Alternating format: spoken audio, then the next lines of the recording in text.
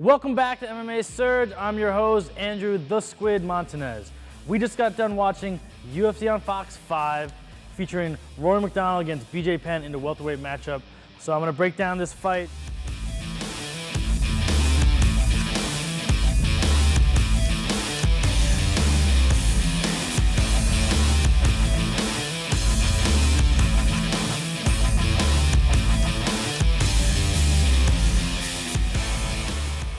This is basically your old prodigy, BJ Penn, who was a very young fighter. He won himself a welterweight and lightweight title against this new age fighter, basically the new prodigy, Rory MacDonald.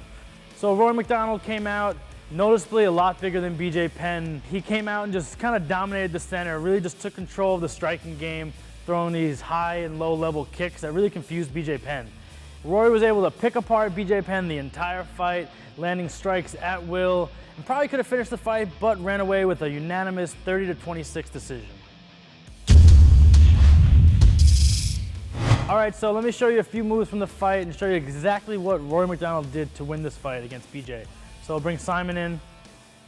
So when you're fighting BJ, let's say I'm Rory, Simon's BJ.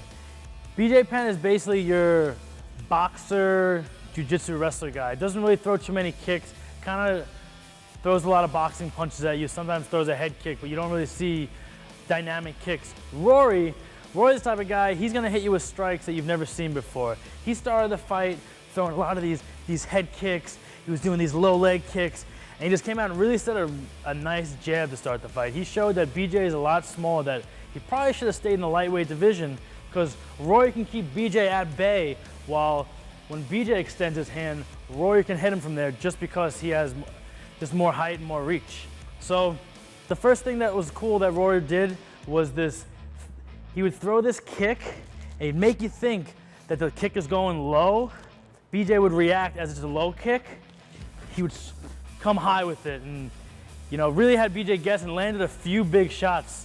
And not only did he throw these low to high kicks, he got BJ really guessing when he was doing this boxing and started beating up his liver. Another thing that Rory was doing really well, he was throwing these elbows, and he was throwing elbows that not a lot of fighters throw. He got close to BJ, and BJ kind of fights with his hands slightly down a little bit. He threw this really nice Superman elbow. You don't see that very often. And the reason why the Superman elbow works is because when I throw the Superman punch, if I'm close to the guy, I can't get really a lot of full extension. The Superman punch is a better one to hit from distance where you can fully extend your arm.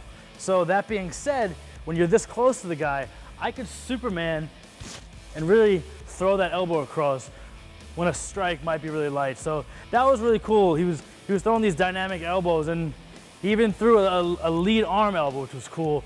That you don't expect the guy to just jump in and come with a lead elbow. And that's actually the strike that stumbled BJ in the second round. BJ was stumbling all over the ring, and it was because of that lead elbow. So you guys at home, try to practice some of these elbows. Get a bag and try your Superman elbow, try your lead elbow, and just make sure you turn through with the elbow. And the last thing Rory did really well, he did these feints. And the feints is pretty much what opened up the kicks in those elbows. And what a feint is, rather than a fake, a fake is if I would kick and bring my foot back. That's a fake.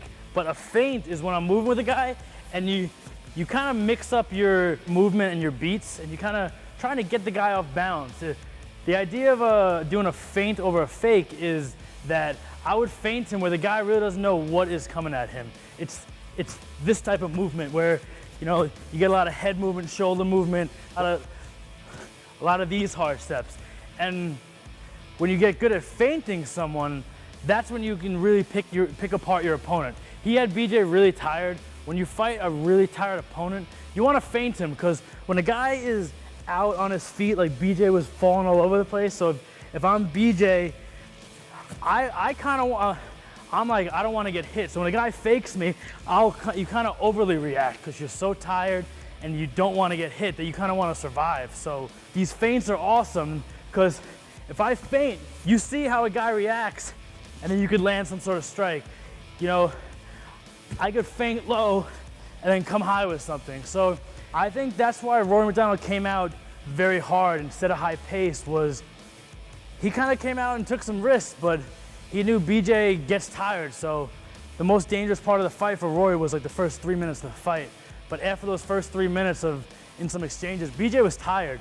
And then Rory started to pick his spots and pick his opening. So, you know, for Rory, it just kind of shows, you know, he's kind of this new age. He's basically a new prodigy. You know, what Rory does really well is his basics are so, he's been doing this sport for so long that his basics are so good that he does these really dynamic and creative strikes. You saw him trying these spinning back kicks. He's getting kind of flashy, and you know, he does these strikes that you don't expect that are coming. Like these lead elbows and these low high stuff. He could do that so well that he's probably gonna be like the next champion in the next few years. He's kind of showing us which direction the sport is heading in, and it's these really advanced, smart fighters are really winning rather than these super strong and just very athletic guys. It's the smarter fighters that winning. You see it with GSP. All right, so that was the recap of the BJ Penn Rory MacDonald fight.